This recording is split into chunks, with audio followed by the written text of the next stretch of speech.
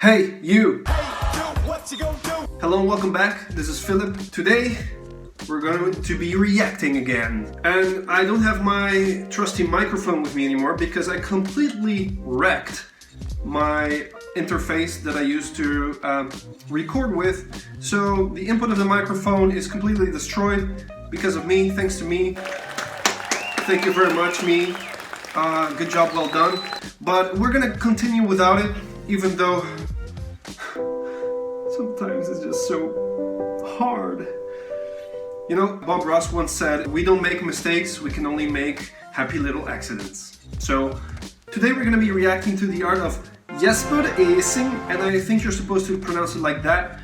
He's very known for his illustrations for Magic the Gathering, which I'm a huge fan of. So when I look at the art of Jesper, I instantly think this is staple Magic the Gathering. Now I know Magic the Gathering has a lot of different artists with very distinct and different styles, but to me, when I look at it, I feel like instantly this is Magic the Gathering. So let's go ahead and take a look. So I have here with me his art station. What I think is amazing is that he, for most of the time, I think if not all the time, he works completely traditional with acrylic. And it gives that really nice painterly look. It's a very distinct look compared to a very digital Photoshop painting style. Now I think he does combine the traditional with the digital afterwards, which gives that modern fantasy look. But it's exactly that old school kind of Dungeons and Dragons-y kind of style that you see from old school traditional artists that really captivates me. It's just so different and it's refreshing. Refreshing. If you just look at the collection in and of itself, you can see like every piece has like its very own distinct color palette and color theme, because every piece in that way is gonna be very memorable and very unique in its own right. I think also his capability to design great, cool monsters is a great capability to have. His colors are beautiful, his composition is striking, designed to look cool, and also on top of all that, his painting style is something that is very familiar to something old school, traditional, fantasy, and also very modern at the same time. Those three things is like the trinity of an amazing, iconic art style that you only see from Jesper Ejsing. I don't know what else to say about it, man.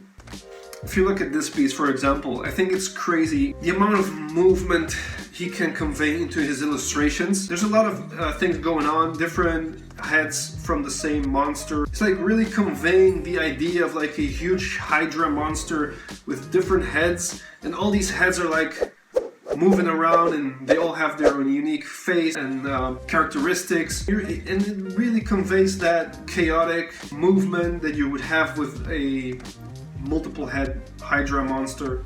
But the key to bring everything together is composition. His composition is so good. It's so good. First thing that hits you is the big face over here.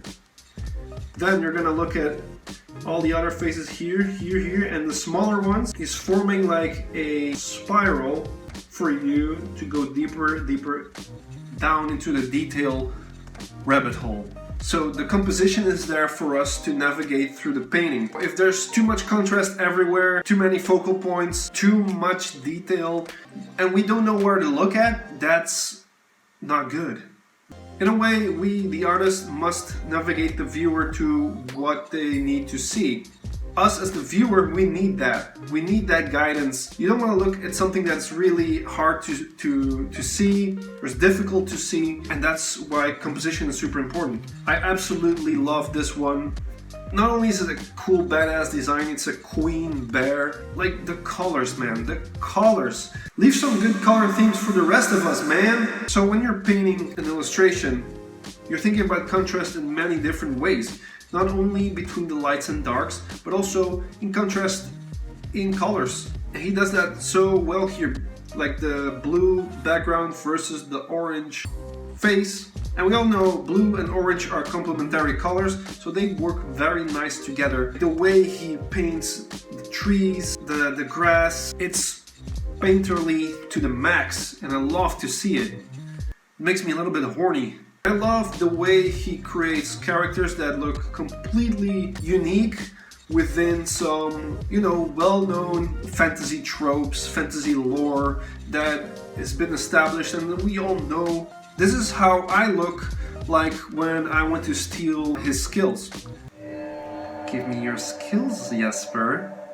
Give me your skills. That's how I look like. What I love to do as well is contrasting your characters against a very light background, so your characters are very silhouetted, if that's a word. So you can clearly see all the edges of your character, and you can really define all the design elements of it because of it. And here you can also see a little bit of this process. Like, it starts out as a rough sketch. It's very important to get the idea out. Then he touches the sketch up with some lines, some values, just figuring out what the values are gonna be, and then just makes it good. Just make it fucking good. Alright guys, that's gonna be it for now. I hope you enjoyed it. I'm going to make sure I can use my microphone the next time. Give me any suggestions if you have some. Give a like, comment, and subscribe if you haven't already. Thank you so much for watching. I'll see you in the next one. See ya.